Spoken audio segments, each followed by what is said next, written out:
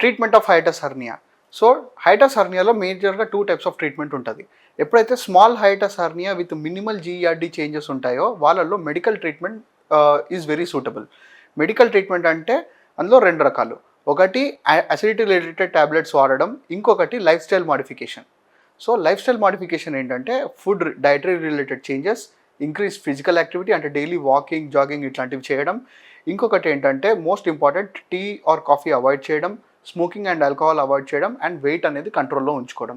So this is the main treatment of choice for small hiatus hernia and minimal GERD changes. Next set of patients ఎవరు ఉంటారంటే ఎవరి దాంట్లో అయితే large hiatus hernia ఉంటుందో or 24 hour pH స్టడీలో significant GERD changes ఏవైతే ఉంటాయో వీళ్ళల్లో surgical treatment is the treatment of choice. So చాలా మంది ఏంటంటే ఒక 2-3 years నుంచి అసిడిటీ రిలేటెడ్ టాబ్లెట్స్ వేసుకొని ఇంకా ఛాతి మంట దీంతో వస్తూ ఉంటారు. వాళ్ళ దాంట్లో కూడా surgery is the best treatment of choice. Surgery అంటే ఇప్పుడంతా కూడా మినిమల్ ఇన్వేజివ్ సర్జరీ అంటే లాప్రోస్కోపిక్ ఆర్ రోబోటిక్ సర్జరీ అనమాట. దీని అడ్వాంటేజెస్ ఏంటంటే ఒక 5 holes సర్జరీ అనేది అయిపోతుంది అండ్ సర్జరీ అయినాక కూడా ఒక 1-2 daysలో డిశ్చార్జ్ అయిపోతారు అనమాట.